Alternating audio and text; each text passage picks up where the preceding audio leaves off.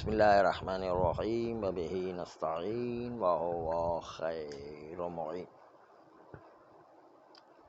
آج آقائے صاحب عروہ آقائے کاظم طباطبائی ارشاد فرماتے ہیں 195 مسئلے میں کہ اذا غرز عبرتون او ادخل سکینا فی بدنہ او بدن حیوان، کہ اگر کہیں پر انجیکشن کی سوئی لگائی جائے یا کسی کے بدن میں چاقو مارا جائے یا کسی حیوان کے بدن میں چاقو مارا جائے، تو آیا جب پتہ نہیں کہ سوئی اندر جا کر خون سے ٹکرائی ہے یا خون سے نہیں ٹکرائی، جو خون نجس ہے، خون جہندہ ہے، اسے ٹکرائی ہے یا نہیں؟ تو جب شک ہو کہ خون سے ٹکرائی ہے یا نہیں، تو ایسی صورت میں جب سوئی ڈاکٹر کی لگنے کے بعد خون سے ٹکرانے میں ہی شک ہو، تو ایسی صورت میں تو یقیناً سوئی پاک ہے۔ لیکن اگر یقین ہو کسی کو کہ خون کی رگ ہی میں سوئی لگائی گئی ہے، تو یقیناً خون سے ٹکرائی ہے سوئی۔ لیکن جب سوئی نکلی تو بالکل پاک و صاف تھی یا نہیں؟ تو آیا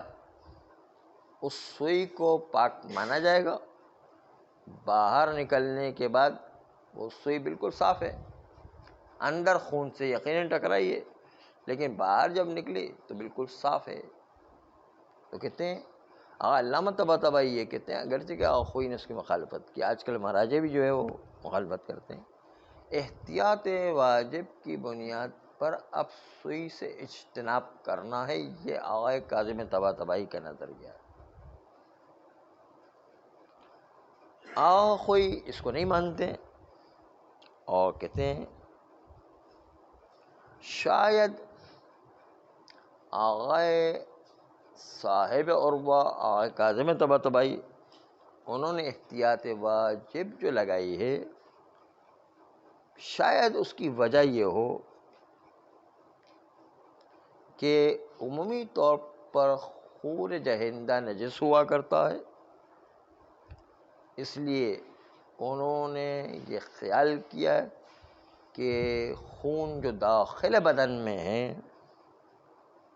اس کو عموم نجاست خون شامل ہے، بس اس لیے اندر کا خون بھی نجس ہے، سوئی اس سے ٹکرائی ہے، اس لیے سوئی نجس ہو جائے گی۔ اور ہم نے یہ پہلے بیان کر دیا ہے، کئی دفعہ گزر چکا ہے کہ باطن اس کو نجس نہیں مانا گیا۔ اندر کا خون جو انسان کے بدن میں ہوتا ہے یا حیوان کے بدن میں، وہ اندر کا خون نجس نہیں ہے، یا نجس نہیں ہے اگر تھوڑا تنزل کریں تو کہ چلو نجس بھی ہے لیکن منجس کرنے کی صلاحیت نہیں رکھتا، مثلا دوسرے سوئی کو نجس کرنے کی صلاحیت اس خون میں نہیں ہے، مثلا اگر نجس مانے تو اول تو آخوئی کہتا ہے اندر کا خون نجس نہیں ہے، جب تک اندر ہے تب تک خون نجس نہیں ہے۔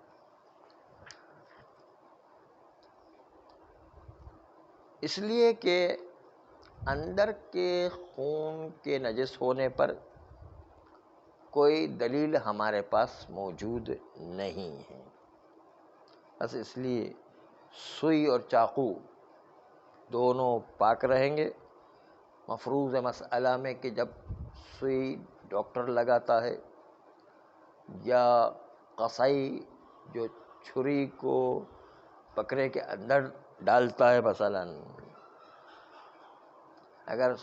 چاقو صاف نکلتا ہے تو چاقو بھی پاک کہلائے گا، اگر خون والا نکلے تو خیر باہر خون آگے تو نجس ہی ہوگا۔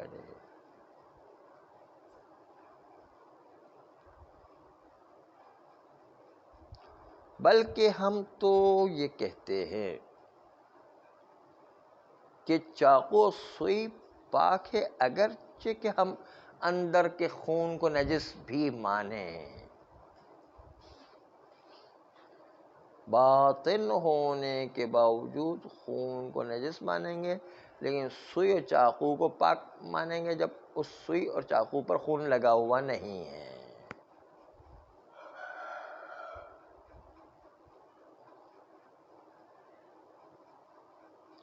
کیونکہ یہ مقام اس وقت کہ جب سوئی اندر جا کر خون سے ٹکراتی ہے تو ان موارد میں سے ہے کہ اگر ہم داخلی خون کو نجس بھی مانیں تو یہ کہ ملاقی نجس باطن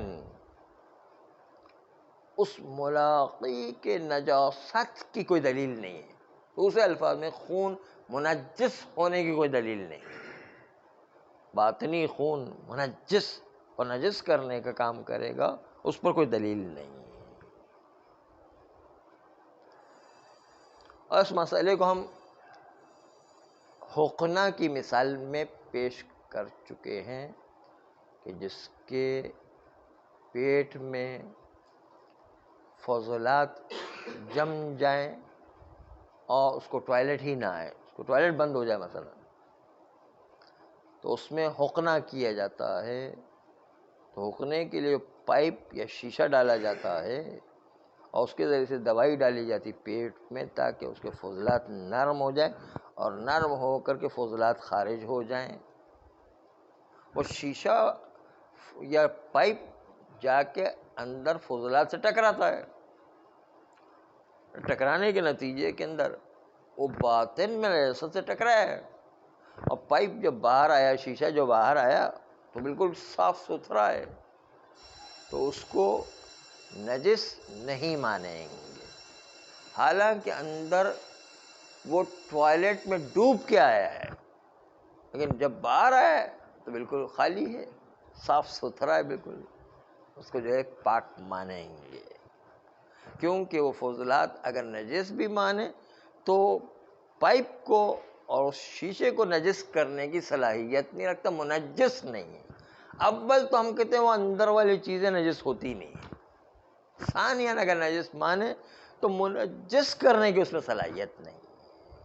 ہاں، یہ تھا آغائے خوئی کا بیان۔ یعنی آغائے علامہ طباطبائی یعنی آغائے کاظم طباطبائی فرماتے ہیں کہ احتیاط واجب کی بنیاد پر آپ کو اس سوئی سے اور شیشے سے کہ جو ٹوائلٹ میں ڈوب کر آیا بھی بالکل صاف ستھرا ہے، سوئی ڈاکٹر کی جو ہے بالکل صاف ستھرا ہے، لیکن اس کے باوجود آغائے کاظم طباطبائی کہتے احتیاط واجب کی بنیاد پر اس کو نجس سمجھنا ہے۔ خوئی کہتے نہیں، نجس ہونے کی دلیل نہیں ہمارے پاس۔ اول تو اندر کی چیز نجس نہیں ہوا کرتی، ثانیہ اگر نجس بھی مانے تو اس میں منجس کرنے کی صلاحیت نہیں، کسی اور کو نجس کرنے کی صلاحیت نہیں۔ جب صلاحیت نہیں اور ہمارے پاس کوئی دلیل بھی نہیں ہے کہ اس کو کسی دلیل میں نجس قرار دیا گیا یا منجس قرار دیا گیا، ایسی کوئی دلیل ہمارے پاس موجود نہیں ہے، اس لیے جو ہے وہ سوئی جو باہر آئے گی اس کو ہم پاک قرار دیں گے۔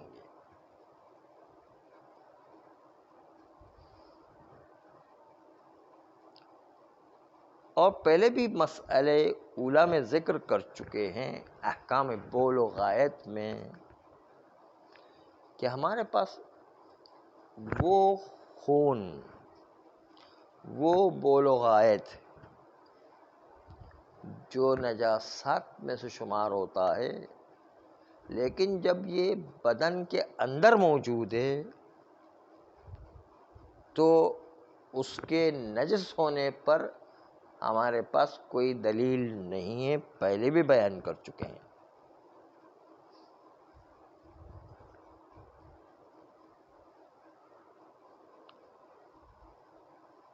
اور اسی بنیاد پر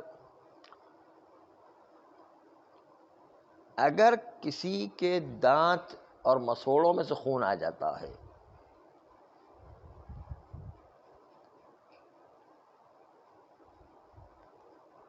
اور وہ تھوک میں مل جاتا ہے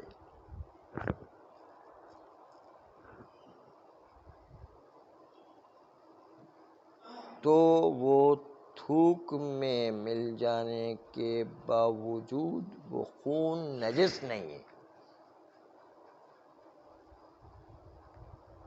اگرچہ کہ ابھی استحالہ نہیں ہوا ہے،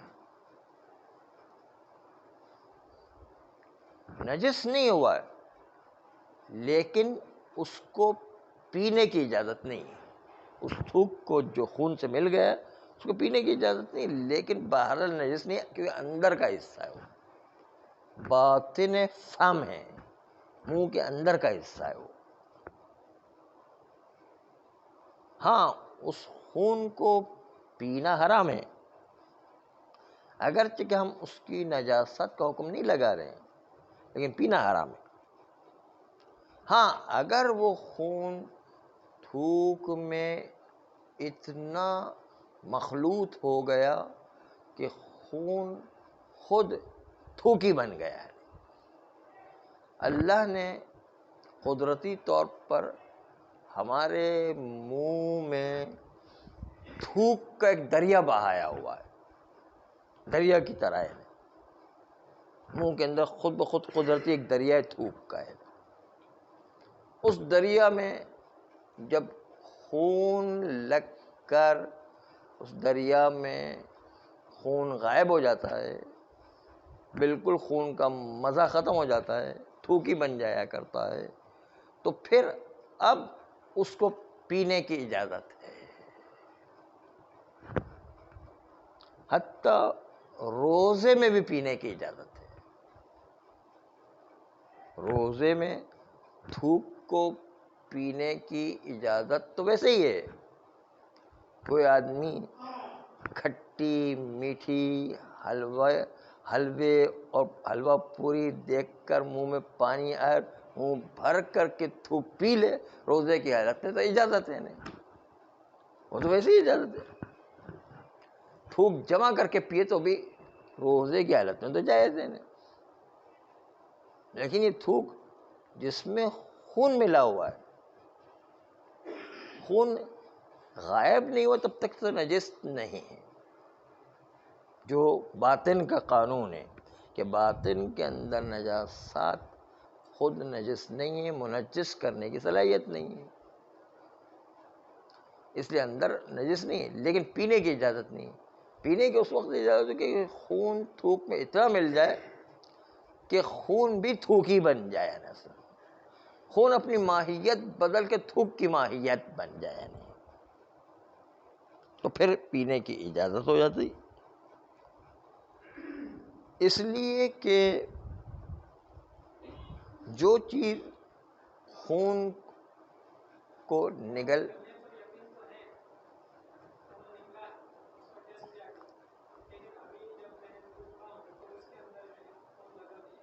ہاں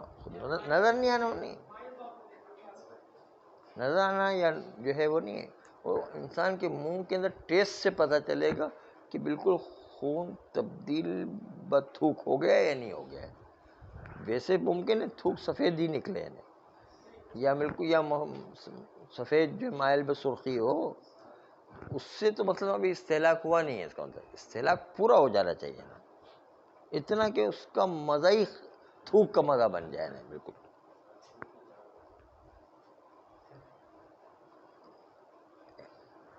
یہ بھی نہیں کہ تھوک چاٹ لے آنا، اس لیے کہ تھوک کو نگلنے کا مقتضی حرمت یہ تھا کہ خون کی ماہیت باقی رہے۔ اب جب موضوع حرمت جو خون تھا وہ موضوع اپنی ماہیت ہی چھوڑ چکا ہے، ماہیت ہی ختم ہو گئی اس کی، تو اب ماہیت یعنی موضوع کے ختم ہونے سے حکم خود بخود ختم ہو جایا کرتا، کیونکہ حکم آتا موضوع کے اوپر، موضوع ہی باقی نہیں رہا، موضوع جو خون تھا وہ موضوع ہی ختم ہو گیا، جب موضوع ہی بدل گیا تو حکم جو حرمت تھا وہ بھی ختم ہو جائے گا، اس لیے حرمت یہاں پر ختم ہو جایا کرتا ہے۔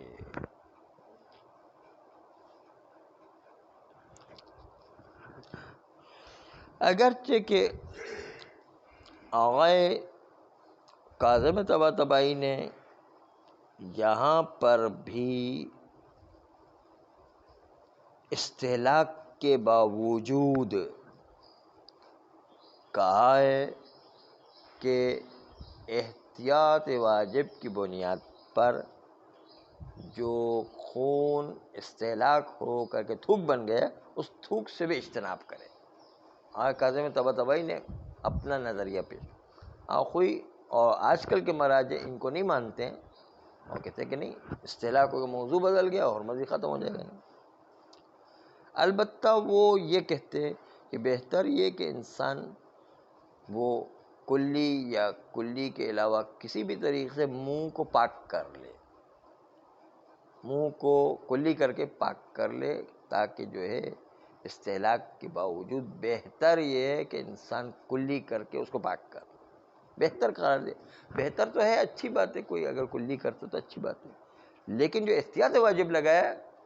کہ احتیاط واجب کی بنیاد پر اس تھوک سے بھی اجتناب کرے جو خون تھوک میں تبدیل ہو گیا، اس سے بھی اجتناب، اس میں مراجع کا اختلاف ہے۔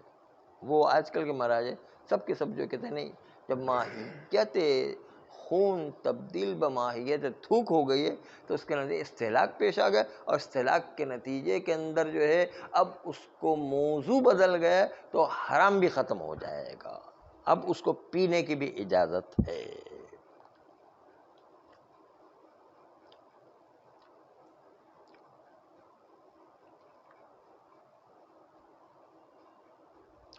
البتہ آغائے کاظم طباطبائی نے استہلاک کو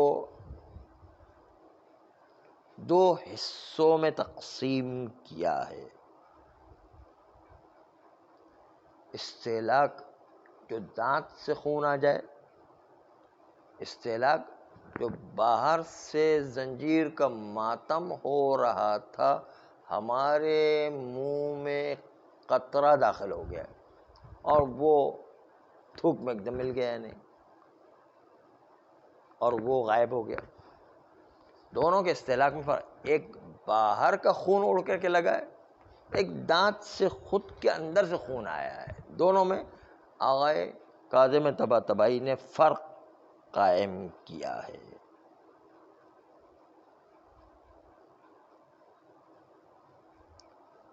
اس لیے انہوں نے کہا کہ اگر دانت سے خون آتا ہے تو وہ استہلاک کی صورت میں پاک بھی ہے، اس کو نگلنے کی اجازت ہے، لیکن باہر سے کہیں سے خون آیا ہے تو پھر احتیاط واجب کی بنیاد پر اس تھوک سے بھی اجتناب کریں گے، اور اس کو نجس سمجھنے کے ساتھ ساتھ اس کو پینے کی اجازت نہیں ہے۔